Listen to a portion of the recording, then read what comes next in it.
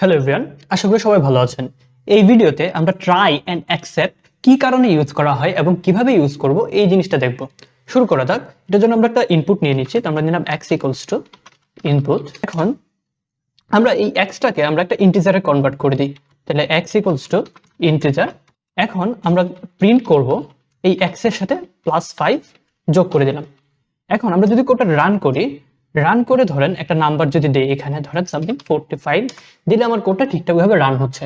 এখন ধরেন কোডটা আবার একটু রান করে এখানে ধরেন কোনো একটা নাম্বার না দিয়ে আমি যদি বলে সামথিং একটা ওয়ার্ড দিয়ে দিলাম, দেওয়ার পর যদি এন্টার চাপ দিই তাহলে দেখুন আমাকে একটা এরর দেখাচ্ছে।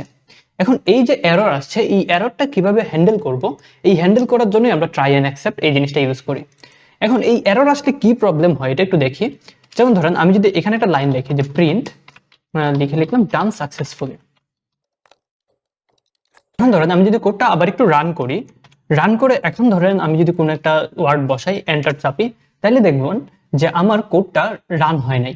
কোন কোডটা রান হয় না? এই যে 5 নম্বর লাইনে যে কোডটা লিখলাম যে প্রিন্ট ডান সাকসেসফুলি, এই লাইনটা প্রিন্ট হয় নাই। কেন প্রিন্ট হয় নাই? কারণ হচ্ছে সে যখন এক্সে একটা ইনপুট পাইলো, এই ইনপুটটাকে সে ইন্টিজারে কনভার্ট করার চেষ্টা করবে। ইন্টিজারে যখন কনভার্ট করতে পারবে না তখনই সে আমাকে এরর দেখাই দিবে। এরপরে যে কোডগুলো থাকবে এই কোডগুলোকে সে আর এক্সিকিউশনই করবে না। এখন কোন একটা বড় একটা প্রজেক্টে এরকম যদি একটা ভুলের কারণে পুরো কোডটাই রান না করে তাহলে আসলে বড় একটা সমস্যা হয়ে যাবে। এই সমস্যাটা যেন না হয় এই জন্য আমরা ট্রাই এন্ড অ্যাকসেপ্ট ইউজ করি। এখন দেখি ট্রাই এন্ড অ্যাকসেপ্টটা কিভাবে কাজ করে। আমরা ধরেন এই দুইটা লাইনকে কাট করে দিচ্ছি, করে এখানে লিখলাম ট্রাই, লিখে আমরা আগে পেস্ট করে দিলাম। এখন ধরেন একটা অ্যাকসেপ্ট ব্লক লিখবো, অ্যাকসেপ্ট লিখে এখন দিব প্রিন্ট এন্টার এ নাম্বার। এখন ধরেন আমরা যদি কোডটা রান করে এখানে ধরেন একটা ওয়ার্ড দিয়ে দিলাম, দেওয়ার পর যদি আমরা এন্টার চাপি তাহলে দেখুন যে সে আমাকে বলতেছে যে এন্টার এ নাম্বার, একটা নাম্বার চাপুন এবং ডান সাকসেসফুলি।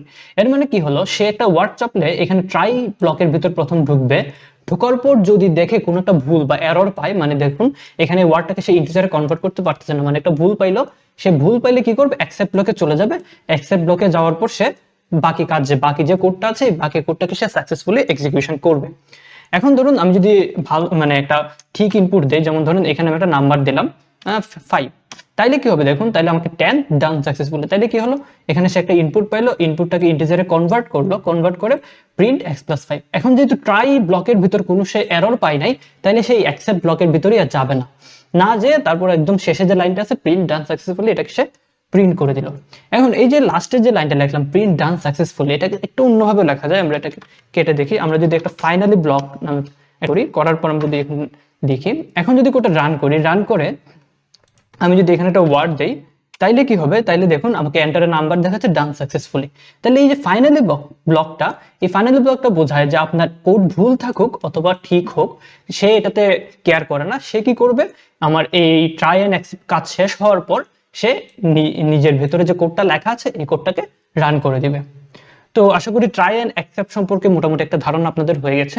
এই ট্রাই এন্ড অ্যাকসেপ্ট গুলো আমরা আর পরবর্তীতে আরো অনেক করে ইউজ করব। তো এই ভিডিওটা এতটুকু পর্যন্তই, দেখা হবে পরবর্তী একটা ভিডিওতে। ধন্যবাদ সবাইকে।